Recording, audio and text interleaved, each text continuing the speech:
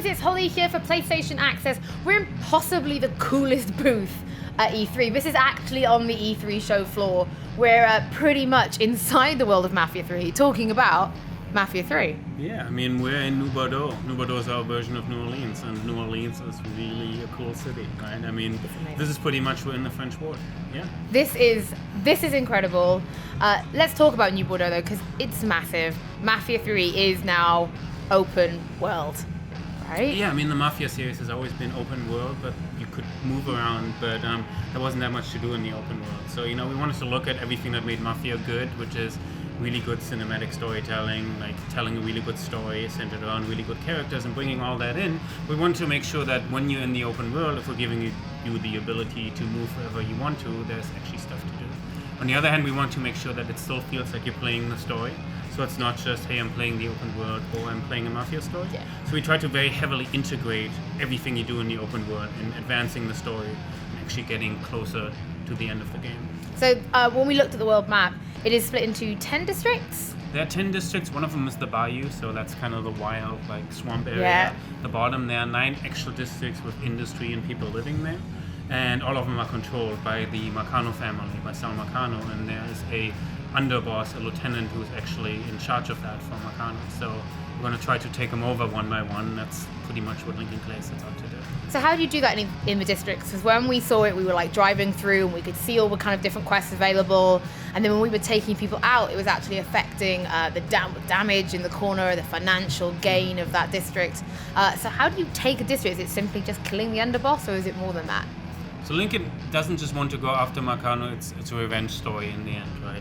His and the Black Mob gets betrayed.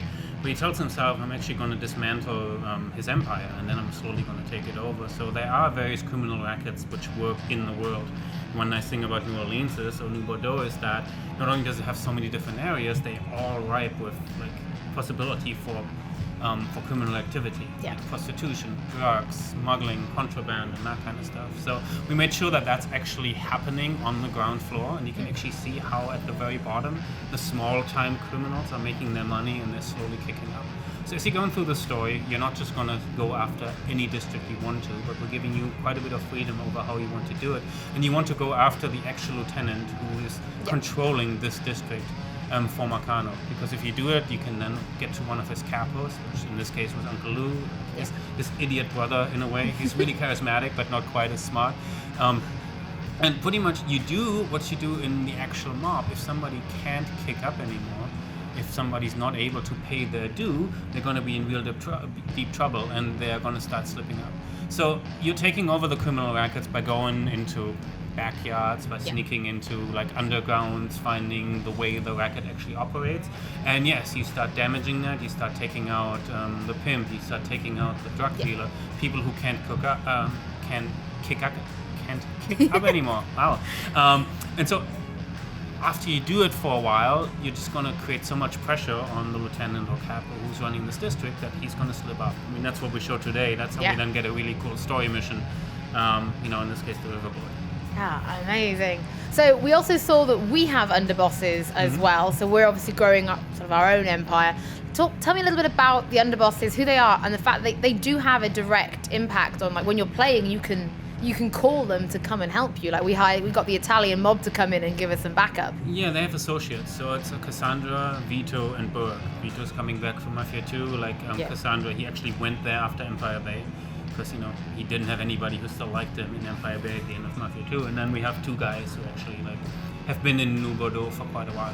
So yes, as they're growing in power, or let's go the other way around. As I'm taking over criminal rackets and I'm actually running them myself, I'm asking one of my underbosses to actually start running them for me. And I start assigning the district to them. Well, that means they're going to grow in power, they're going to grow in status. They can actually influence the city in certain ways. They can undermine the social structures behind it. And that's how I can then call in something as simple as muscle coming in and helping me, but maybe something more devious, like getting an in at the local police department, for example, who makes sure that the police doesn't come in anymore if I bribe them correctly. Or let's go to the local phone company. We're in the 60s, nobody has freaking cell phones, right? So if you're gonna call the cops on me, or if somebody's trying to call in reinforcements, that's gonna go to the phone company, and there's gonna be a dispatcher sitting there making that connection. Well, how about we bribe that woman and we make sure the calls don't go out, or maybe my own guys come in. So that's coming in through the underbosses as they're growing in power, and depending on who I decide to level up and how high I go with him, that's how I'm getting exactly those kind of abilities. Amazing. And finally, there's sit-downs as well with our underbosses, right? Because you've already mentioned that we can assign them to districts that we've taken over, but it's sort of not that simple, is it? Like, they have power struggles as well. Well, that's what we have to do. So none of these are your friends. They might be loyal to you if you help them enough, but they're only in it together because Marcano is a shared enemy to them. So yes, there's a lot of tension even from the beginning in that room, and Lincoln is actually pretty good at convincing them that you should work together. But you're getting them to really join your cause because they expect something. You're promising them power and part of the city. So if you don't do that, and if you decide to favor one over the other, they're gonna get jealous pretty quickly, and it can go all the way to them saying, you know what, I've had enough of that. So in this playthrough today, we're actually putting in a position where Burke has had enough. He didn't get any territory, even though we promised it to him. But it's a very personal thing that's gonna happen differently in every playstyle. And in this case, Burke might betray you, but nobody might betray you if you're really good and diplomatic and you put a lot of work into it. More than one guy might do it. It's just very like a personal playthrough style. It's amazing. So it really is sounding a lot deeper than just one guy on a mission, which is what we really thought at the beginning. But actually, you're becoming the new boss. Yeah, and we want to make sure you find yourself in the story through that. So we have over 3 hours of cutscenes with just really telling the story. We want to feel that as you finish the game, there was something personal about it, and we could talk about it at the water cooler and have a very different experience that we're describing. Amazing. Thank you so much for chatting to us. This really is the coolest booth. The music here is there's just amazing music playing all around. You will have your Mardi Gras sort of beats. Everyone at the booth is wearing these amazing beats. All of the music we see in all the trailers is, of course, licensed for the game. We're going to have a soundtrack of like 120 or so, like 60 songs. It's going to be really good. It's amazing. Thank you so much for talking to us. I know people are really excited for Mafia 3. You guys can stay tuned to the YouTube channel because there's going to be loads more coming up from E3.